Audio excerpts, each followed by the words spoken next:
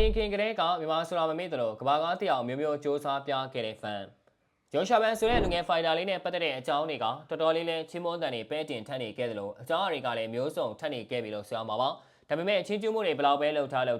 ပြူစကားတွေဘယ်လောက်ပဲပြောကြားထားပါစေသူရဲ့အချင်းကျူးဆရာတွေဂုံပြူဆရာတွေကနေ့စဉ်နဲ့အမျှတစ်ခုပြီးတစ်ခုဆိုလို့မြင်နေကြားနေကြရတာဖြစ်ပါတယ်အခုလဲဂျိုရှာဘန်ဟာ USC ကိုရောက်မလာခင်ကလေးကမြန်မာနိုင်ငံကိုစားပြုတဲ့အနေနဲ့မြန်မာနိုင်ငံမြေပုံကိုပေါင်းမိမှာထည့်သွင်းဖော်ပြထားခဲ့သူဟာငယ်စဉ်တောင်ကြီးကလေးဘွားတွေကအမိမြန်မာနိုင်ငံတော်ကိုစွန့်ခွာပြီးနေမြေတစ်တင်စီပြောင်းရွှေ့ခဲ့ရပေမဲ့ကိုမြေကိုရီနဲ့ကိုရဲ့မွေးရစာတီးကိုတော့ဘယ်တော့မှမမေ့ဘူးဆိုတာကိုပြသသွားခဲ့တာဖြစ်ပါတယ်။တချို့တွေကကိုမြေကိုရီကိုမေးတက်ပေမဲ့ဂျိုရှာဘန်လေးကတော့မမေ့ခဲ့ဘူးလို့ဆိုရမှာဖြစ်တယ်လို့မြန်မာဆိုတာကိုကဘာကသိအောင်တမျိုးတစ်ဖုံနဲ့ပြသနေကြတာဖြစ်ပါတယ်။လူငယ်ဖိုက်တာလေးတယောက်ကမြန်မာဆိုတာကိုကဘာကသိအောင်ချပြနေချိန်မှာတချို့တွေကကိုယ်နိုင်ငံကိုယ်တည်ရန်စာတတွေကိုရောင်းထုတ်နေကြတာပါကိုနိုင်ငံကိုလူမျိုးကိုချစ်တယ်ဆိုပြီးပြောတဲ့ကြပေမဲ့တကယ်တမ်းသူတို့တွေချစ်တာကနိုင်ငံနဲ့လူမျိုးကိုချစ်တာမဟုတ်ပဲတရားစားတာတွေကိုချစ်နေကြတာဖြစ်ပါတယ်။အဲ့လိုလူတွေထဲမှာဂျိုရှာဘန်ဆိုတဲ့လူငယ်ဖိုင်တာလေးကိုပါခဲ့ဘူးလို့ဆိုရမှာဖြစ်ပြီးသူက USC ကိုမရောက်ခင် Fury FC မှာကစားနေစဉ်ကတည်းကမြန်မာကိုကဘာကသိအောင်ပုံစံတစ်မျိုးနဲ့ချပြနေကြတာပါ။ကချင်သားကြီးအောင်လာအန်ဆန်းကလည်းသူခေတ်သူ့အချိန်ခါကမြန်မာကိုကဘာကသိအောင်ချပြထားခဲ့တယ်လို့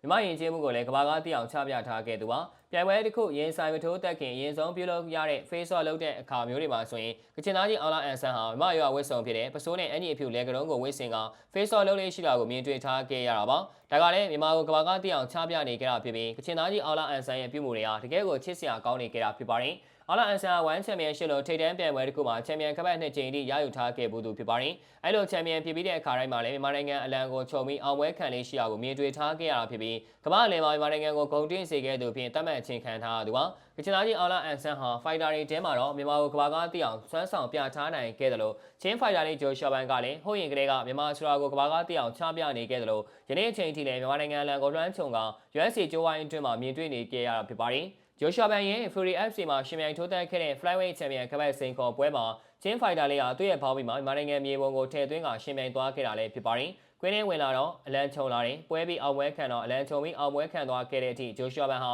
ကချင်သားကြီးလိုမျိုးမြန်မာကဘာကသိအောင်စွမ်းဆောင်နေကြတာဖြစ်ပါတယ်။ချင်းဖိုင်တာလေးရဲ့နိုင်ငံပေါ်ချစ်တဲ့စိတ်ကတကယ်ကိုဂုဏ်ပြုကျင်စရာကောင်းနေကြတာပါပြီးခဲ့တဲ့ရက်ပိုင်းကအင်တာဗျူးတစ်ခုမှာချင်းဖိုင်တာလေးကိုမဝေးလှတဲ့အနာဂတ်တစ်ခုအတွင်းမြန်မာပြည်ကိုလာခွင့်ရမယ်ဆိုရင်ဘယ်မျိုးကိုအရင်ဆုံးသွားလည်ပတ်ချင်တယ်လဲဆိုပြီးမေးမြန်းတဲ့အခါအခုလိုဖြေဆိုသွားခဲ့ပါတယ်မြန်မာပြည်ပြန်လာခွင့်ရမယ်ဆိုရင်အရင်ဆုံးရောက်မဲ့မျိုးကရန်ကုန်မို့လားဒါပေမဲ့တကယ်လည်းလည်ပတ်ချင်တဲ့မျိုးကတော့ဟာခါမျိုးပါဘာလဲဆိုတော့ကျွန်တော်ကြီးပြင်းခဲ့တဲ့မျိုးလေးဖြစ်လို့ပါဆိုပြီးတော့ပြန်လည်ဖြေဆိုသွားခဲ့ပါတယ်ချင်းဖိုင်တာလေးရဲ့ကိုယ်နိုင်ငံကိုဒေတာကိုဘယ်သူအခါမှမမေ့တတ်တယ်လို့အဝေးရောက်တဲ့အချိန်တွေတိုင်းမှာကိုယ်နိုင်ငံကိုမျိုးနဲ့ကိုဒေတာကိုဘယ်အချိန်ဖြစ်ဖြစ်ပြန်မလာခြင်းတဲ့သူစီမှာမဟုတ်ဘူးလို့ပဲဆိုရမှာပါဂျိုရှာဘန်ရဲ့လုပ်ရက်တွေကတကယ်ကိုမလေးစားပဲမနေနိုင်တော့ဘူးလို့ဆိုရမှာဖြစ်ပြီးအဲဒီအတွက်ကြောင့်လည်းချီကျူးတန်တွေဂုံမြူတန်တွေဟာဒီနေ့တခြားမရိုးနိုင်အောင်မြင်တွေ့နေကြရတာဖြစ်ပါတယ်